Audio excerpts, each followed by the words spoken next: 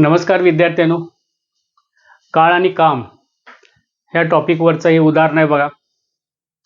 ह्या टॉपिकवरती तुम्हाला दोन प्रकारची उदाहरणं सापडतात, एक समचलन आणि दुसरं व्यस्त चलन. बरेच विद्यार्थ्यांमध्ये हे कन्फ्युजन असते की समचलन उदाहरण कसं ओळखायचं आणि व्यस्त चलन, आणि ते उदाहरणं जे आहे ते दोन्ही मांडण्याची पद्धत एकच आहे पण सोडवण्याची पद्धत वेगळी आहे. हे पहिलं बघून घेऊ हे कसं आहे आपलं. आता काय दिले बघा ह्याच्यामध्ये आपल्याला काय दिले की 10 माणसे 8 दिवस भिंतीचे काम पूर्ण करतात. म्हणजे आपल्याला काय काय दिले, माणसं दिलेत आणि दिवस दिलेत बघा. ओके, 10 माणसं किती दिवसात, 8 दिवसात पूर्ण करतात. बरोबर करू शकतात. काम अर्ध्या दिवसात पूर्ण करायचं आहे, अर्ध्या दिवसात पूर्ण करायचे आहे. करण्यासाठी किती माणसे वाढवावी लागतील हे लक्षात ठेवा. यात वाढवावी लागतील असं प्रश्न विचारलाय म्हणजे आपल्याला हे काढायचं आहे. आता पहिल्यांदा हे बघूया, हे समचलन आहे का व्यस्त चलन आहे. आता बघा इथं काय झाले, दिवस कमी झाले म्हणजे 8 दिवसात काम करायचं होतं, आपण अर्ध्या दिवसात काम करायचं आहे. ज्या टायमाला आपण दिवस कमी करतो त्या टायमाला काय होतंय, माणसांची संख्या वाढते. म्हणजे ज्या टायमाला दिवस कमी झाले माणसांची संख्या वाढली म्हणजे हे कसलं उदाहरण आहे, व्यस्त चलन. मग व्यस्त चलन मध्ये काय करतो, वरच्या संख्यांचा गुणाकार भागिले खालची संख्या करायची असते. लक्षात ठेवा 10 × 8 हे भागिले असल्यामुळे हे गुणाकार मध्ये बदलते आणि ही संख्या उलटी होते.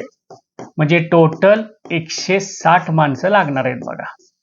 आता सध्या आपल्याकडे माणसं किती आहेत, 10 माणसं आहेत.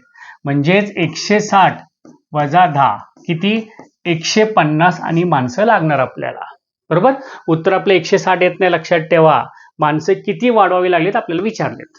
ओके, अशा सोप्या पद्धतीने तुम्हाला उदाहरणं सोडवायची असेल तर आमचं YouTube चॅनल फॉलो करा, लाईक करा, सबस्क्राईब करा, शेअर करा, जेणेकरून तुम्हाला वेगवेगळ्या प्रकारची उदाहरणं सोडवायला मिळतील.